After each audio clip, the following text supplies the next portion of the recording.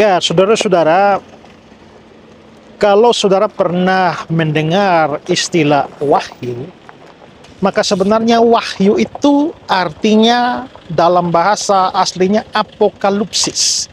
Itu artinya penyingkapan atau suatu penyataan, bukan pernyataan, penyataan. Di mana wahyu itu berhubungan dengan Allah menyatakan dirinya supaya dikenal oleh makhluk ciptaan, atau dalam hal ini adalah manusia.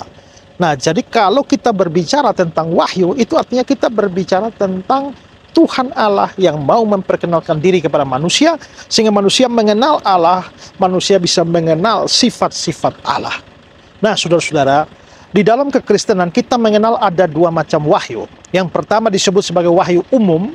Disebut umum karena Allah memperkenalkan diri pertama untuk semua orang, tidak peduli dia agama apapun, ateis sekalipun, komunis sekalipun, itu tetap diberikan wahyu itu, dan itu terkait dengan hal-hal yang umum tentang Allah.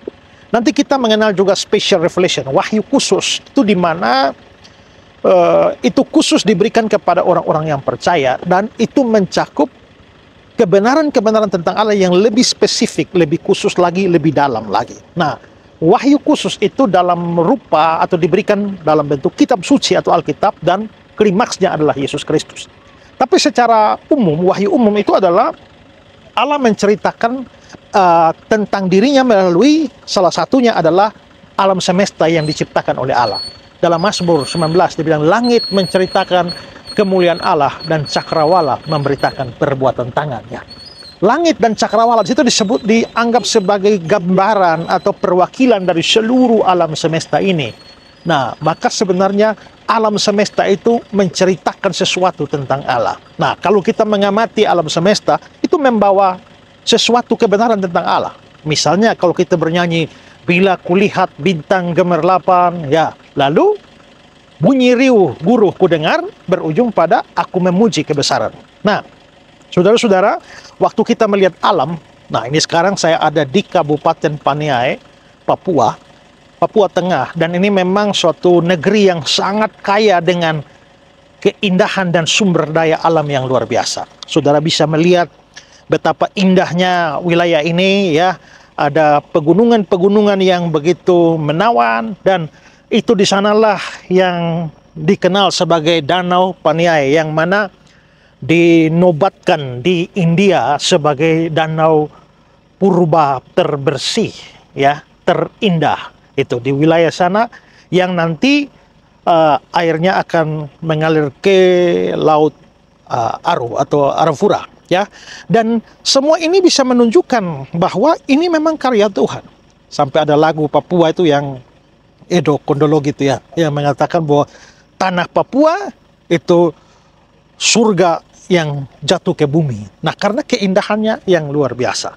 Papua memang sudah dikenal pada zaman dahulu sebagai negeri yang begitu indah, bahkan di dalam epos Mahabharata itu sudah pernah dimunculkan di sana, itu pada zaman sebelum Yesus. Itu sudah ada informasi terkait dengan satu gunung yang penuh dengan salju di antara pulau-pulau yang jauh atau daerah Pantara yang kita kenal sebagai Nusantara sekarang ini. Nah, kalau kita melihat semua alam yang indah ini, maka kita harus mengagumi penciptanya. Kalau alam ini sudah begitu indah, maka yang menciptakannya itu pasti dalam tanda petik seseorang yang begitu kreatif dan maha kuasa. Nah, karena itulah itu merujuk kepada Allah yang maha kuasa, Allah yang maha besar, Allah yang maha kreatif, dan Allah yang maha baik, karena dia menciptakan alam yang begini indah untuk kebaikan dan dinikmati oleh manusia. Karena itulah, maka marilah setiap kali kita melihat alam ini kita harus bersyukur. Ada lagu di dalam Kidung Jemaat, ya. Itu semua berkat karunia Allah yang agung maha kuasa. Ya, betapa kita tidak bersyukur.